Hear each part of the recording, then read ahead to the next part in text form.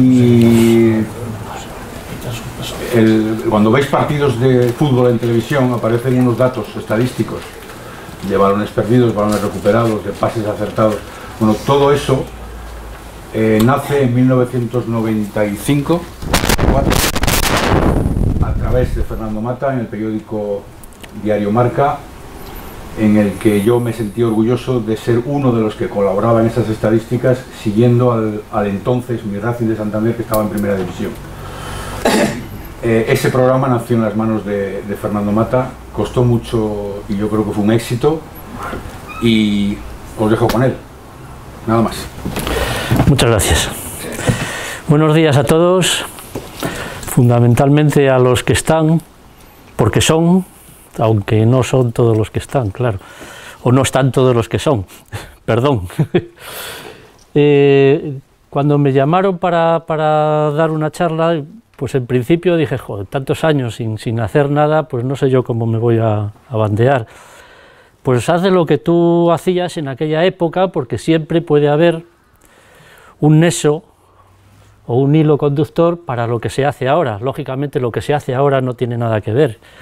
Pues a lo mejor gracias a aquello, gracias a todos los que empezamos 6 preparadores físicos en España, cuando los entrenadores no querían preparador físico y había que demostrarles que éramos una ayuda, no alguien que trataba de apartarlos de allí, ¿verdad?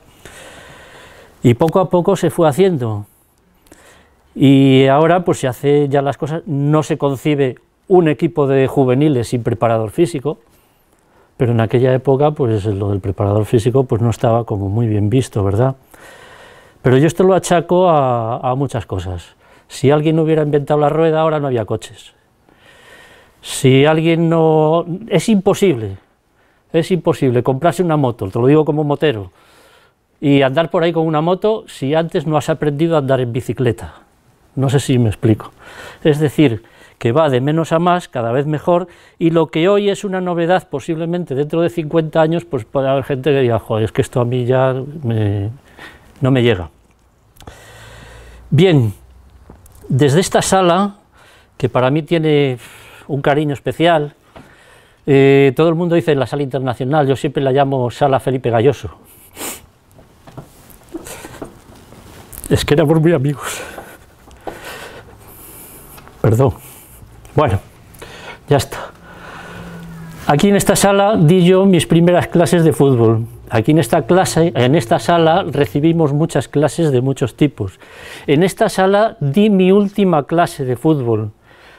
Mi última clase, que se llamaba 45 años de anécdotas futboleras. No tenía nada que ver con lo que se daba en esta asignatura. Y en esta sala estoy hoy, pues 50 años después de haber entrado aquí, ¿verdad? Bien, en principio iba a hacer un recuento de cómo yo controlaba el fútbol, pero eso puede ser un poco, aparte de pesado, algunas fichas sí tengo aquí para que veáis cómo se hacía, pero me centré más en la figura del entrenador desde el punto de vista como yo me lo encontré cuando empecé en el fútbol, ¿verdad? Y lo titulé pues Evolución del trabajo del entrenador. Vamos a ver todo esto. ¿Cómo empezó todo? Empezamos este INEF, que se fundó en el año 1966, primera promoción 1967, pues nos encontramos, antes pues prácticamente yo, por lo menos deportivamente, no había nacido, con lo cual no lo sabía, pero sí nos centramos que en la década de los 50 o 60 no había preparadores físicos, se hacía casi todo con balón, algo de carrera, veías en los equipos, daban 3 vueltas y decía, bueno, ya está bien, algo de abdominales, por supuesto elasticidad, flexibilidad, movilidad articular, nada de nada. Y a continuación, pues en los años 70 ya es cuando nosotros terminamos la carrera, 6 locos de la vida, empezamos a la preparación física, yo era el 6º, porque hubo 5 anteriores, Carlos Álvarez del Villar, Manolo Meco, los primeros, estaba Vázquez Folqueira, Manolo Porta también estuvo en un equipo, y seguramente me olvido de alguno, pero que me perdone. Fernández Seguí también, eso es. Y bueno, pues pues en esta época es cuando ya empezó todo. Aparece de forma progresiva la figura del preparador físico, ya se hacían unos tipos de esfuerzos encaminados al fútbol, pero claro, la gente no estaba acostumbrada, y como íbamos de golpe y hachazo, ayer no hiciste nada de abdominales, hace unos años, hoy 1500. Claro, empezaron las lesiones de pubis, porque el organismo no estaba preparado. Y yo me acuerdo que aquello era... Yo tuve algunas en el Getafe, y yo creo que no hubo ningún equipo que no tuviera, ¿verdad?, lesiones de pubis. Bueno, todo esto se fue incrementando, ya aparecen los años 80, y entonces ya el preparador físico, la figura del preparador físico era indispensable, por lo menos en primera, segunda división y muchos equipos de tercera. Se diferenciaba en aquella época la preparación física del trabajo técnico.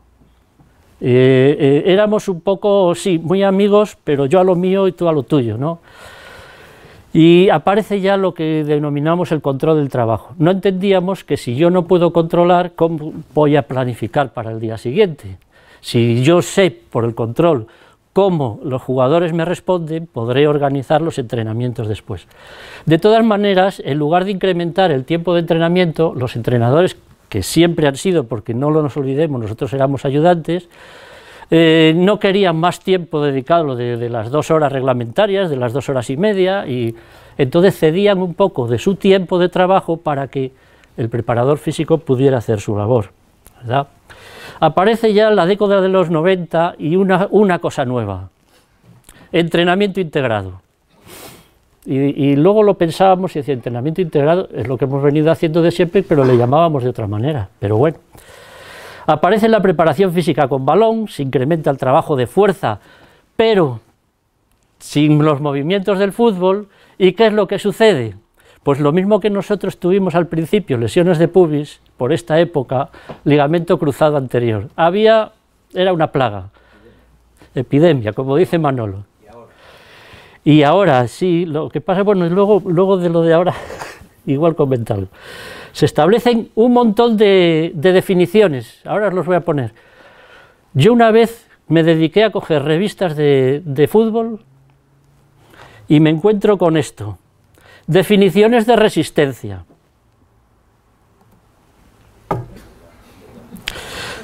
Entonces era resistencia, fuerza, velocidad, había un montón, ¿verdad? Claro, te vuelves loco con esto, y yo decía, si es que esto se pasan de unas a otras, pero claro, luego te encuentras con fuerza. Estas me las encontraba yo en revistas y en artículos publicados y tal, y decía, ¿cómo es posible que nosotros intentemos enseñar todo esto si el mismo que lo escribe no sabe lo que está poniendo? Porque luego la mitad de ellas son las mismas, ¿verdad? Y les prometo que esto lo saqué de revistas, de artículos publicados.